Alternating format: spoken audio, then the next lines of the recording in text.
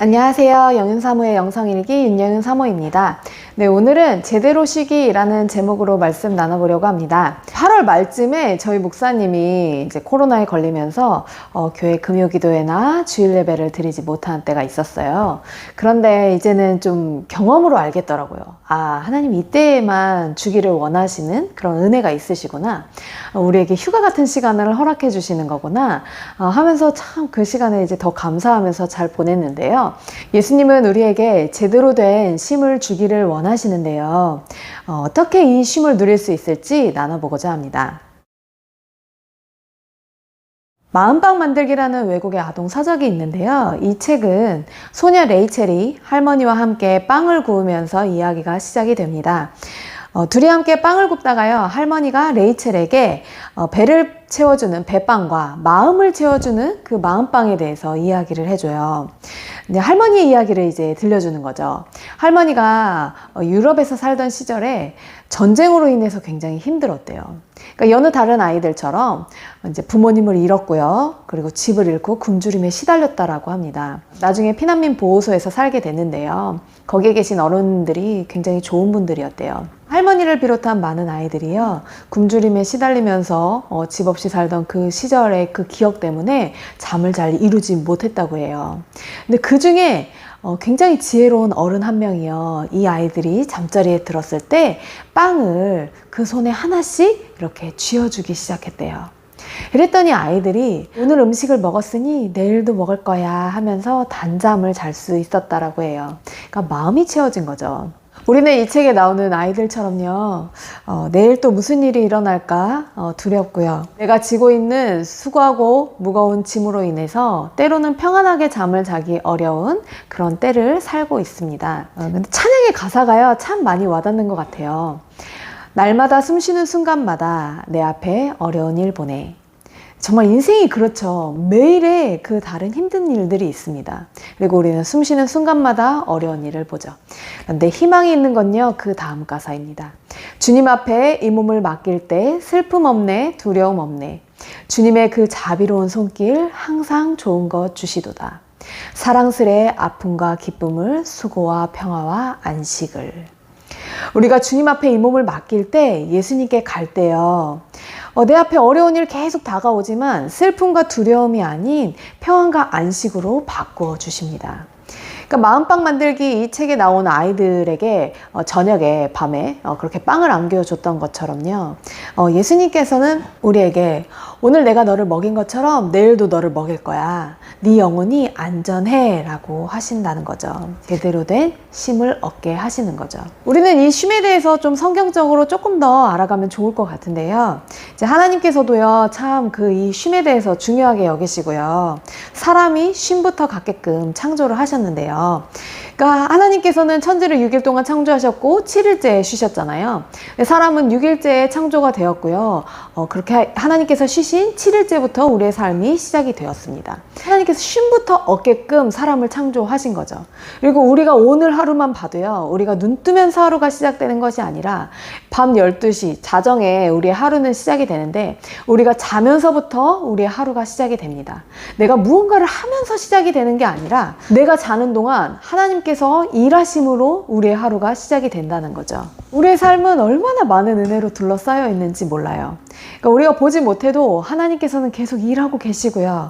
우리는 그 하나님을 신뢰하며 바라볼 때, 예수님께 우리가 나아갈 때 진정한 쉼, 그리고 제대로 된 쉼을 얻을 수 있습니다. 예수를 입는 시간이라는 책에 보면요, 이런 내용이 나옵니다. 성 도미니크는 죽음은 사람을 죽이지만 죽음에 관한 생각은 사람을 구할 수 있다라는 말을 했다.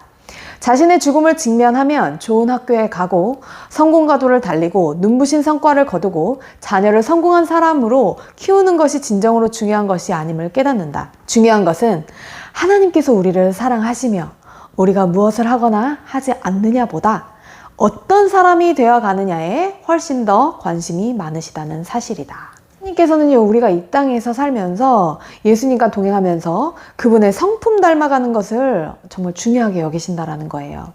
같은 책에 그리스도로 옷 입는 7가지 습관에 대해서 이야기를 하면서 여기에 부제가 나오는데요. 이 부제가 되게 마음에 많이 와닿더라고요. 성공과 성취에서 사랑과 평안으로 궤도수정이라는 부제였는데요.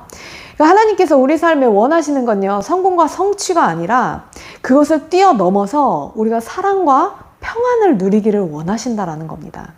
우리가 사람을 사랑하고 또 하나님 주시는 평안을 누릴 수 있는 사람, 매일매일의 제대로 된 쉼을 누리기를 원하신다라는 거죠. 이 땅에서 우리는 예수님의 그 마음, 예수님의 온유하고 겸손한 마음을 배워가야 되는데요. 그렇지 않으면 우리의 마음이요 쉬지를 않아요. 제대로 된 쉼을 얻지를 못하는 겁니다. 그러니까 작은 것에 분노하고 사람을 자꾸 판단하고 정죄하면서 높아진 마음으로 살면요, 마음이 너무 피곤해요. 아무리 환경에 많은 것이 주어져 있다 해도 마음이 쉬질 않으면 제대로 된 쉼을 얻질 못하는 겁니다. 우리는 어떠한 상황에서도 사람이나 환경의 영향을 받지 않고 예수님께 영향을 받아야 되는데요. 이 낮아진 마음으로, 예수님의 마음으로 살아갈 때 예수님 안에서 제대로 된 쉼을 얻을 수 있습니다. 빌립보서 2장 5절에서 8절 말씀에 보면요, 너희 안에 이 마음을 품으라. 곧 그리스도 예수의 마음이니 그는 근본 하나님의 본체시나 하나님과 동등됨을 취할 것으로 여기지 아니하시고 오히려 자기를 비워 종의 형체를 가지사 사람들과 같이 되셨고 사람의 모양으로 나타나사 자기를 낮추시고 죽기까지 복종하셨으니 곧 십자가에 죽으심이라 라고 말씀하십니다. 하나님 말씀대로요, 우리는 예수님의 이 마음 그리고 예수님의 성품을요 닮아가는 삶을 살아야 합니다. 이 땅에서의 성공과 성취를 이루겠다고 거기에 너무 집중되어 있으면 정말 하나님께서 원하시는, 정말 누리기를 원하시는 그 하나님의 사랑, 그 깊은 은혜, 그 평안함으로 인한 마음의 쉼을요 빼앗겨 버립니다. 우리는 예수님의 낮아진 마음 그리고 가룟 유다까지도 끝까지 사랑하셨던 그 예수님의 사랑, 그리고 온유하고 겸손한 그 마음을 닮아가서요 제대로 된 쉼을 누리면서 살기를 소망합니다. 저희 교회에서 지금 감사의 삶을 하고 있는데요. 이거는 아침, 점심, 저녁으로 자신의 감사와 자신을 칭찬할 거를 이제 올리고요. 밤에는 이제 그걸 보고 감사 노트를 쓰는 그런 훈련을 같이 하고 있어요. 9월 1일부터 2기가 시작이 됐고요. 이제 5월부터 시작한 1기는 마무리를 했는데요. 제가 이거를 할 때 한 70일쯤 됐을 때였어요. 할 일이 좀 많이 모여있던 때였는데, 이게 갑자기 너무너무 많이 피곤하고 지치더라고요. 저 되게 내성적이고 사람 앞에 나서는 걸 되게 싫어하거든요. 저는 혼자 있는 걸 되게 좋아하는 사람이라 인도자기 때문에 시간 맞춰서 감사를 올렸는데 이거부터가 너무 하기 싫은 거예요. 너무 지치고 피곤하니까요. 근데 그때 갑자기 어디선가 누군가의 막 목소리가 들리는 것 같은 거예요. 들린다기보다는 조금 떠오른 거죠. 배우 박은빈 씨의 인터뷰였어요. 배우 박은빈 씨가 이상한 변호사 우영우를 찍을 때 우영우라는 캐릭터가 자폐하다 보니까 천지적이잖아요. 법률을 외워야 되는 게 너무너무 많은 거예요. 이 배우가 참 버겁고 힘들 때 그때 했던 말이 막 이렇게 떠오르는 거예요. 뭐라 그러냐면 해내야죠. 어쩌겠습니까? 해내야죠. 참 멋있더라고요. 근데 그게 꼭 그 당시에는 성령님의 음성처럼 저에게 들리는 것 같았어요. 저에게 이 감사의 삶을 하도록 인도를 해 주신 분도 성령님이셨고 저는 거기에 순종할 뿐이었거든요. 아 그래, 내가 지금 힘들고 버겁지만 이걸 다시 또 할 수 있는 힘도 성령님께서 주시겠지 하면서 그 다음날 힘들고 지치지만 또 똑같이 감사와 칭찬을 올리고 그렇게 감사의 삶을 인도를 잘 했어요. 그랬더니 정말 다른 때와 다르게 몸도 마음도 너무너무 빨리 회복이 되고요. 저에게도 더 많은 깊은 은혜를 주시는 거예요. 힘들고 버겁지만 그래도 순종한 이 순종의 발걸음이 참 감사해지더라고요. 성경의 베드로도 보면요, 자신의 온갖 노력으로 다 해봐도 물고기가 잡히지 않을 때 예수님의 말씀에 의지해서 그물을 내리는 장면이 나오죠. 누가복음 5장 5절 말씀에요. 시몬이 대답하여 이르되 선생님, 우리들이 밤이 새도록 수고하였으되 잡은 것이 없지만은 말씀에 의지하여 내가 그물을 내리리이다 하고, 자신의 노력으로 아무리 해도 안 되는 일을 예수님의 말씀에 순종하니 되는 겁니다. 근데 이제 물고기를 많이 잡은 것 자체가 중요한 게 아니라요. 그 일을 통해서 예수님을 경험으로 그분을 알아가는 거죠.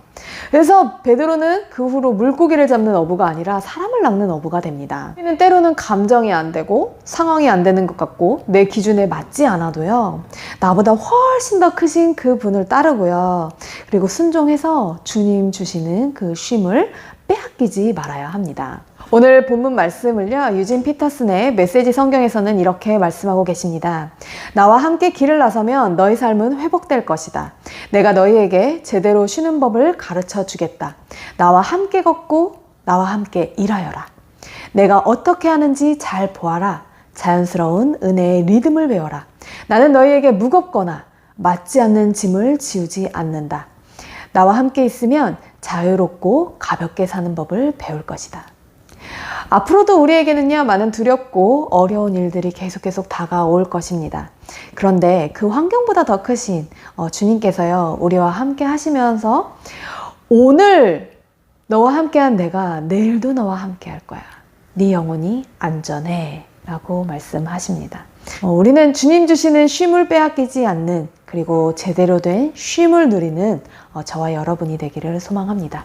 네, 들어주셔서 감사하고요. 다음에 다시 봬요. 안녕.